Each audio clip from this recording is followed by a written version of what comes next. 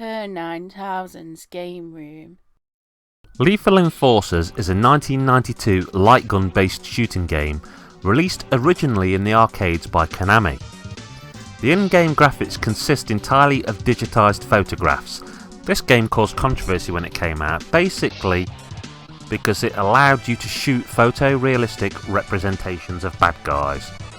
If anything though, as is usually the case, the controversy only helped it gain popularity, and it was soon converted for home systems including the Super NES, the Sega Mega Drive and the Sega Mega CD.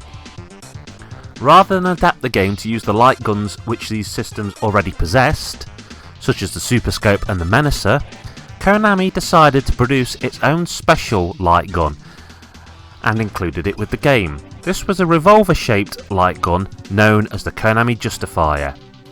It was about as close as you can get to the gun used in the arcade machine, the only real difference being the weight. The home version is much lighter.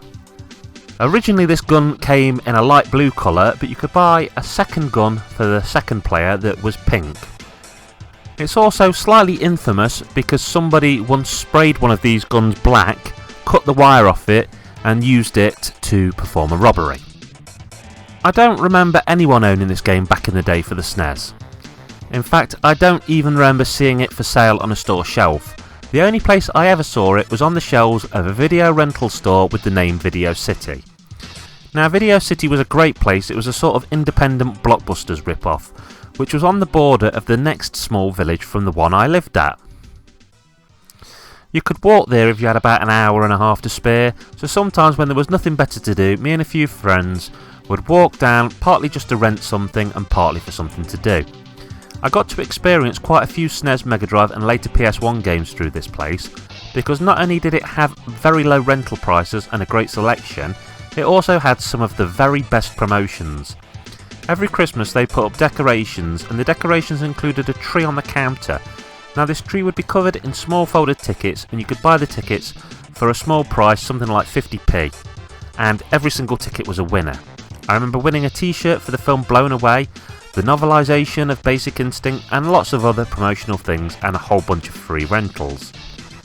It was because of this place that I got to play the SNES game Out to Lunch, the SNES game The Fireman and countless other games that I might otherwise have not experienced.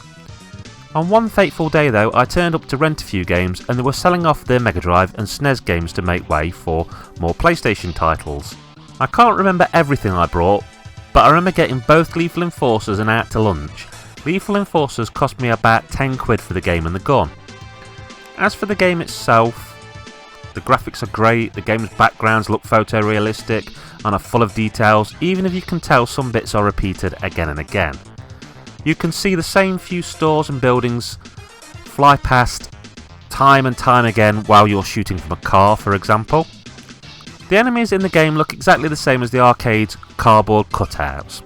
It's a very faithful adaptation of the arcade machine, the only real difference being the typical Nintendo effect. The blood effects in the game have been changed to sweat, just like they did in Mortal Kombat. And while this is a little disappointing, it doesn't really alter anything. The game's sound is pretty darn good, the gunshot sounds are perfect, they're very realistic for a video game, particularly for one of this age, and the characters in the game all have realistic voices, but it's more than that. There's a real attention to detail. The enemies sound like the bad guys you'd expect, and the victims sound truly terrified, and this really adds to the game's presentation. The gameplay is as simple as can be. You shoot at the bad guys and you try to hit them before they hit you, while trying to avoid hitting any civilians. The gameplay is fast and frantic, enemies appear directly in front of you or in the distance, in windows, etc. Some enemies will throw knives at you and you can shoot the knives before they hit you. And you can also see enemies go to raise their gun and shoot them before they manage to get a shot off. This game is your standard arcade shooter. You have a limited number of levels to complete, each with a boss, and this won't take you long to do at all. You'll see everything this game has to offer very quickly. Nothing has really been added to the arcade machine to give it any more lasting appeal once it's in your home. This game works very well with the gun, but obviously you need an old CRT TV.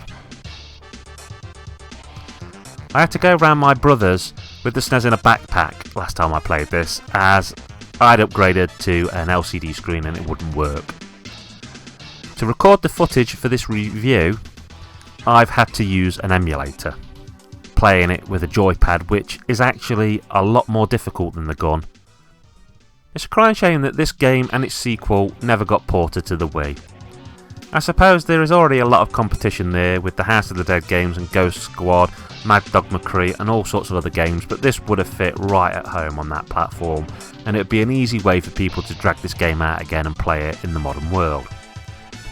So should you buy this game? It's a tough call. There are very similar games available for the Wii and the PS3, and the cheapest I've seen a cart and a gun go for nowadays is £25, but remember, you need the old style TV, you need the SNES, and for this sort of money you could get a whole pile of Wii gun game shooters. I'd give Lethal Enforcers a 7 out of 10. It's a lot of fun to play, but only in short bursts, and obviously you do have to go through a lot of trouble to play it nowadays. Okay, that's Kerr9000 signing off, saying keep on gaming.